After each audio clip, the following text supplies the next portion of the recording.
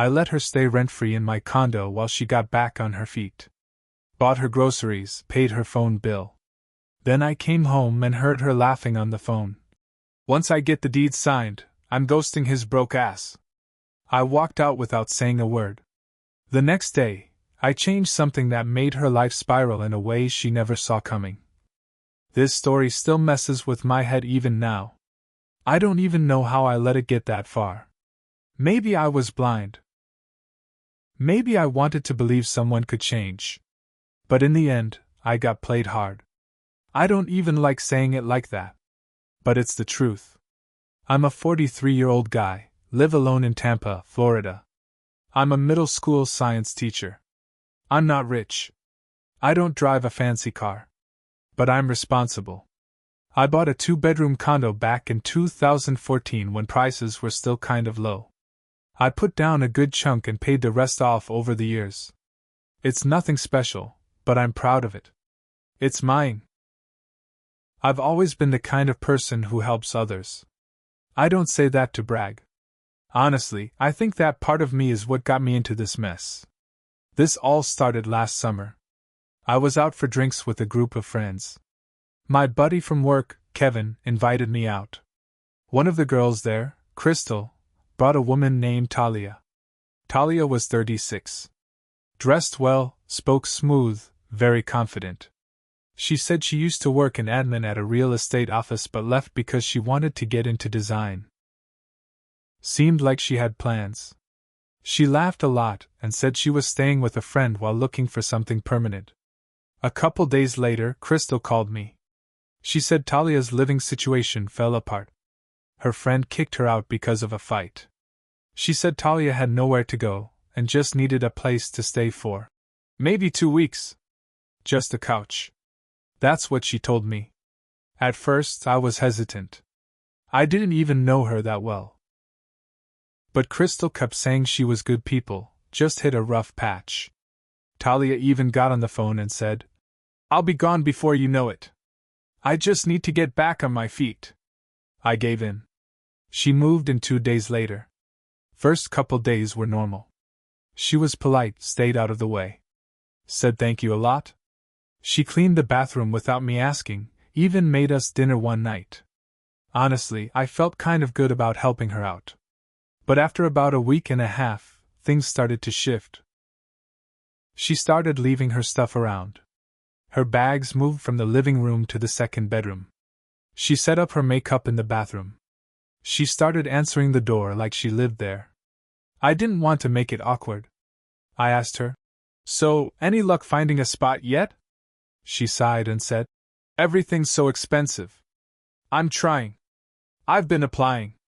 Then she hit me with, "Would it be okay if I stay just a little longer? I'm not trying to take advantage, I swear." I said okay. That was my mistake. Weeks turned into over a month. Her phone got shut off at one point.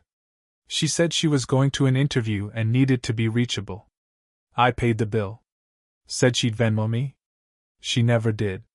Groceries? I paid for those too. She said she was in between checks. I cooked for both of us most nights. She stopped helping.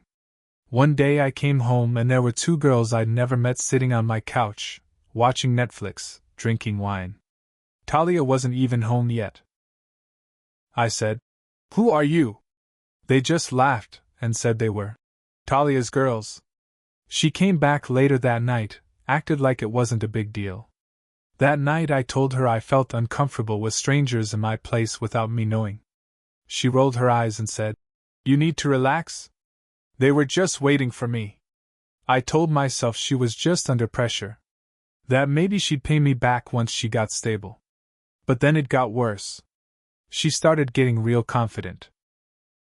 Talking about how I should redecorate my place to be more modern.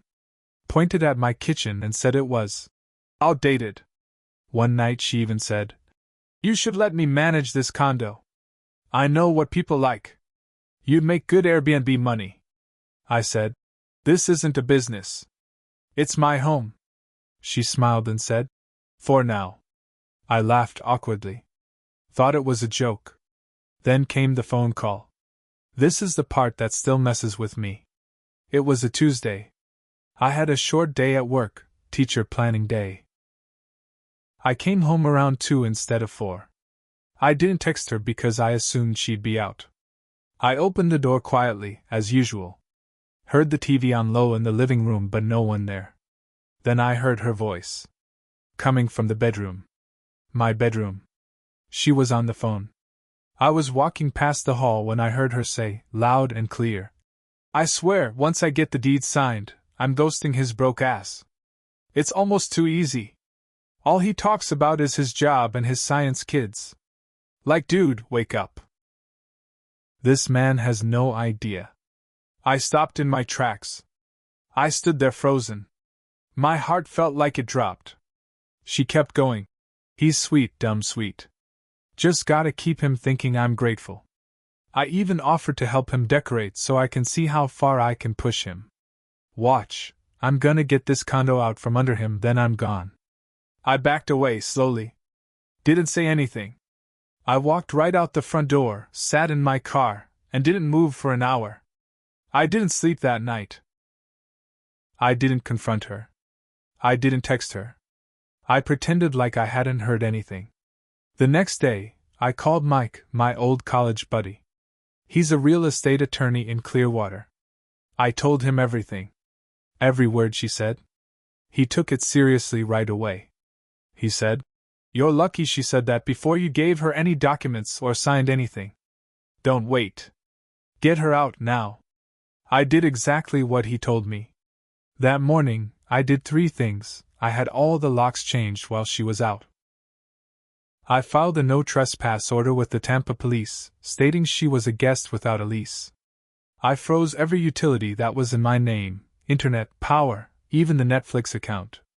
She didn't come home until almost 4. I watched her try to open the door from the Ring camera. She knocked. Then banged. Then screamed. Then came the voicemails. One after another. First one. "Hey, did you change the locks? Call me." Second one. "I don't know what you're doing, but this is illegal. You can't do this." Third one. "You're messing with the wrong woman. I'm gonna get the cops on you. I have rights." I didn't respond. After the 5th voicemail, I sent her one final message. "Heard what you said on the phone. You were going to ghost me after getting the deed. Don't come back." Then I blocked her. That wasn't the end. Not even close. Next part's where it gets crazy, where she really tried to screw me over. After I blocked Talia, things stayed quiet for a couple of days. I thought maybe she got the message. I was wrong. She came back 2 more times that week, tried to open the door, then just stood there outside yelling. I didn't answer. I didn't go outside. I let the Ring camera record everything. Both times I called the cops. I showed them the no trespass form, the footage, and her text. They told her she had no legal claim to be there, and she needed to leave or be charged. She screamed at the officers. "He's lying! I lived here for months!" But the cops weren't buying it. They asked if she had any kind of lease or mail with my address. She didn't. After the 2nd visit, she stopped showing up. That's when I finally relaxed. I thought it was over. But about 2 weeks later, Mike called me. He sounded serious. He said, "Did you recently try to transfer the title of your condo?" I said no. He sighed and said, "Then we've got a problem." Someone had submitted a quitclaim deed to the county clerk's office. It claimed that I had signed over my property to Talia M. Woods. That's her full name. But the signature wasn't mine. The witnesses were fake. The notary was fake. She'd gone online, downloaded a form, filled it out, and sent it in, trying to make it look like I gave her the condo. Mike got a copy of the document and emailed it to me. The signature looked nothing like mine. The notary license was a made-up number. One of the witness names was literally Sandra Jones, which I recognized as a random fake name she used for her old email address once. She'd forged everything. Mike said. Luckily, the clerk flagged it before it got processed. But this isn't just fraud, this is criminal. He told me to come into his office and file a formal complaint. We had to report it to the state attorney's office and give all the evidence.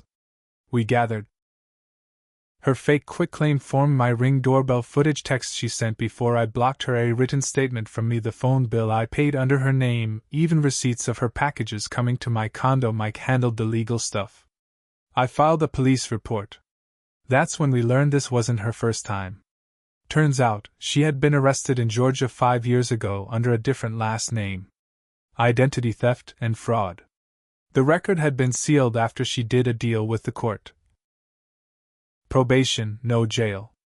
She changed her name and moved states. Now she was pulling the same move again. Mike called me one night and said, "She's not just a freeloader, man.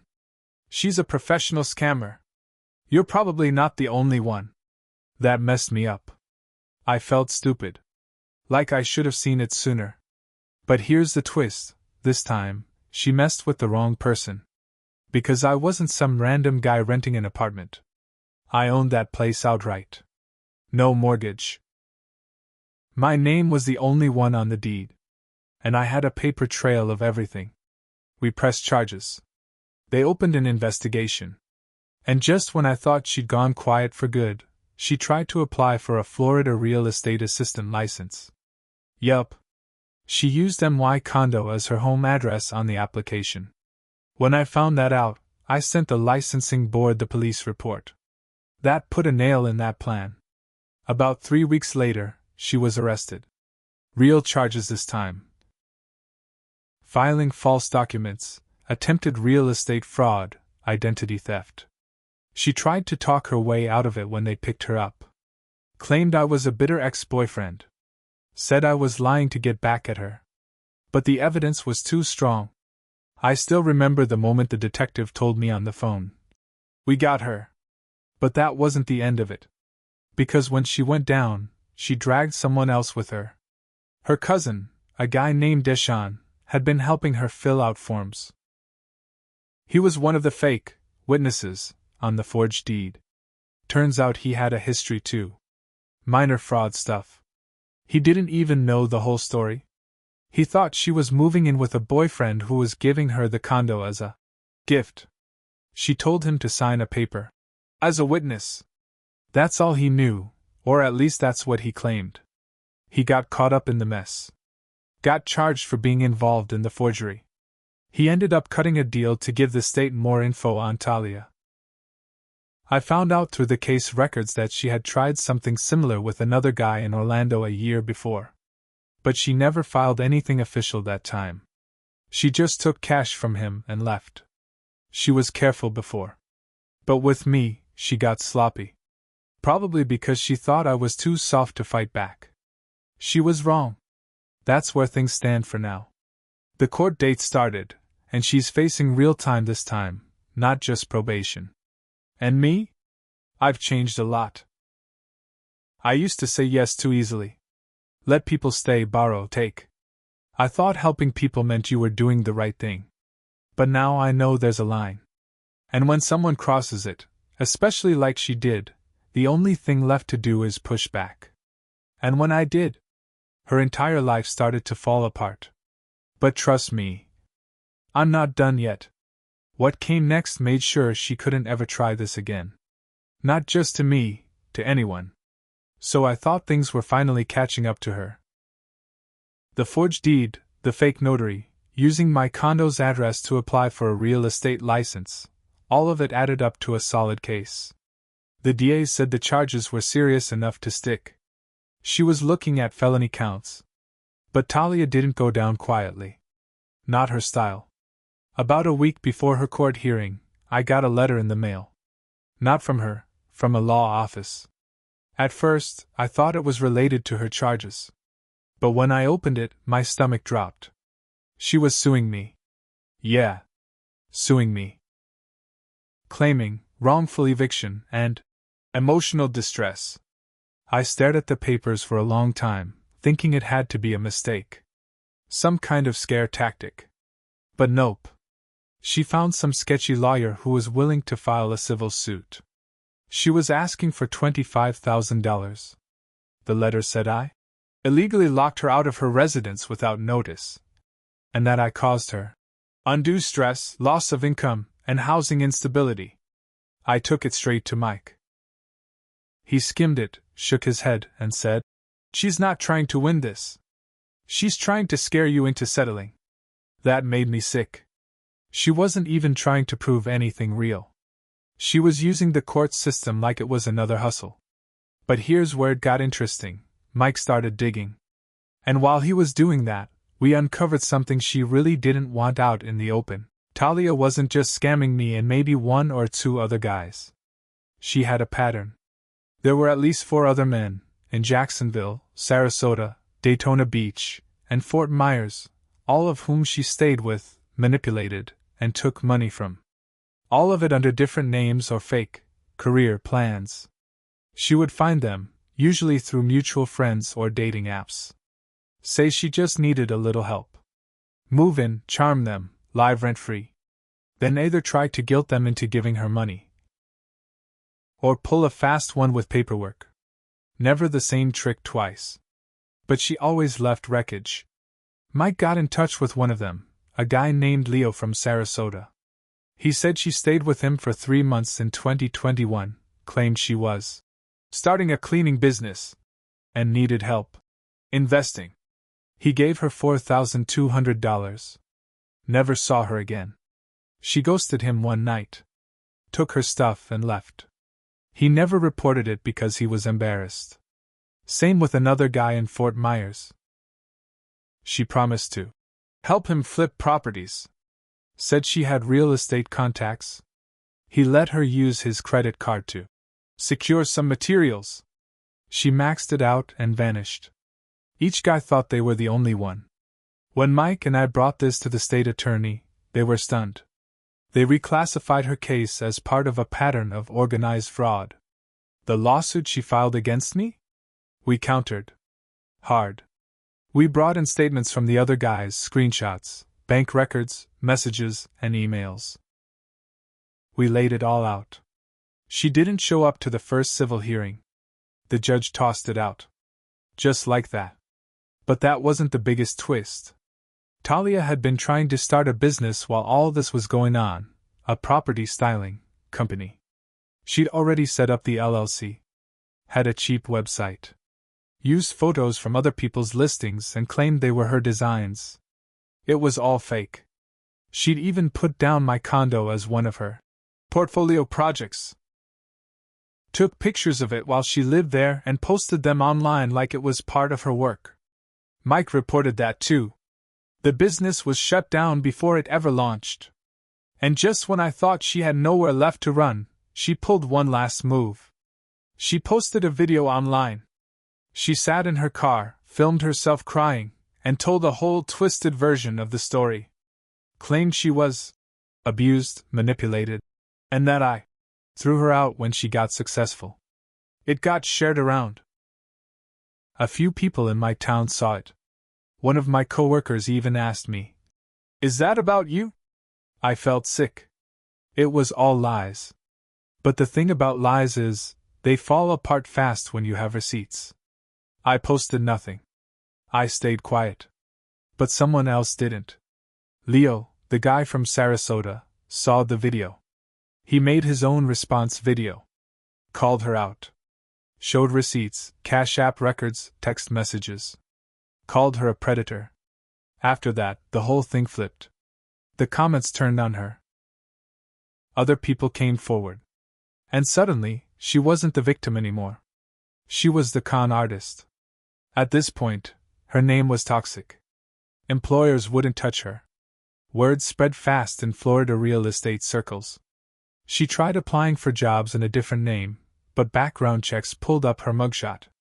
She'd gone from bouncing around free, manipulating people, to being stuck under a spotlight with no place left to hide.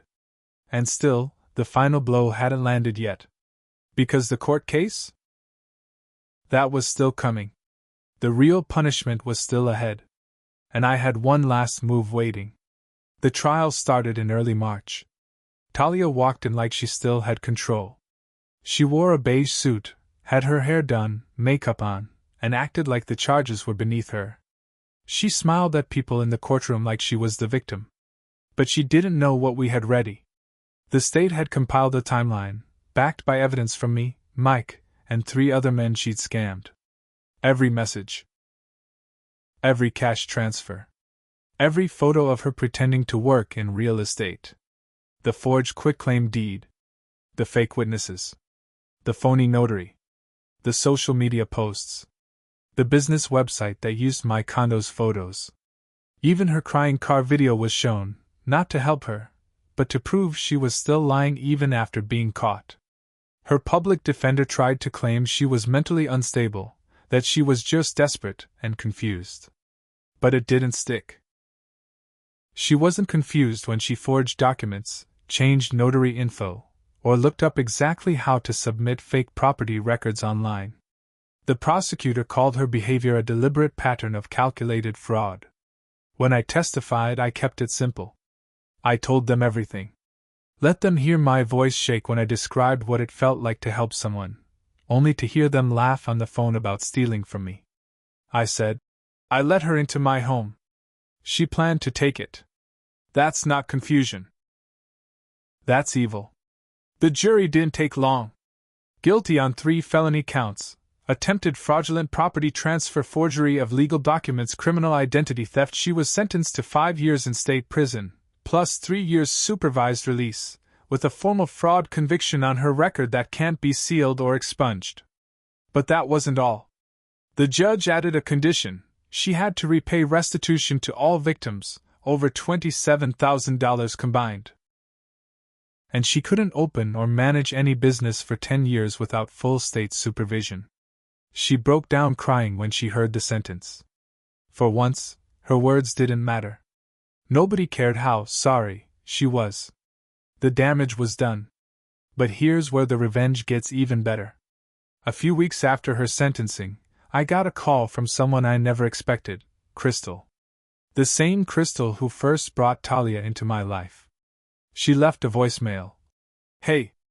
I heard about everything. I'm sorry. I didn't know she was like that.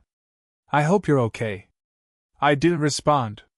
I hadn't talked to her since everything went down. I had no reason to. But a few days later, I found out from a mutual friend that Crystal was being investigated too. Turns out, Talia had used Crystal's address on 2 other scams, one involving a furniture rental scam in Sarasota and another where she used a friend's bank account to launder stolen money. Crystal wasn't charged, but she was named in the report and fired from her job at a loan office. She knew what kind of person Talia was. Maybe not all the details, but enough. She vouched for her anyway. Told me to take her in. And now? She's paying for it too. As for me? Here's where I admit something. This whole thing left me different. Not just wiser, but harder. After the trial, after the news coverage, after the people at work started acting like I was some survivor of a crazy con, I realized something. I helped create this. Not on purpose. But I did. I ignored red flags. I paid bills that weren't mine. I let someone stay past their welcome because I didn't want to be mean. I opened my door to someone who had no right to be in my life, because I wanted to believe being nice would be enough. That's on me. So yeah, I changed. I cut off people who take more than they give. I don't explain myself anymore when I say no. I don't play the rescue role. I also went one step further. I started working with a local group that helps actual victims of housing scams, mostly older people, immigrants, and single parents who get tricked by fake landlords or shady contracts. I donate time, help them understand what paperwork should look like, how to check records, and who to report to. And every time I help someone catch a scam early, I think of Talia. She's still in prison. Tried to appeal last month. Denied. She sends letters to people sometimes, begging for help, claiming she's changed. Says she found religion. Says she just wants a fresh start. Nobody's buying it. I keep one of the documents she forged in a drawer next to my desk. Not out of anger. Not out of fear. It's a reminder. A reminder that when someone shows you who they are, don't wait for them to prove it again.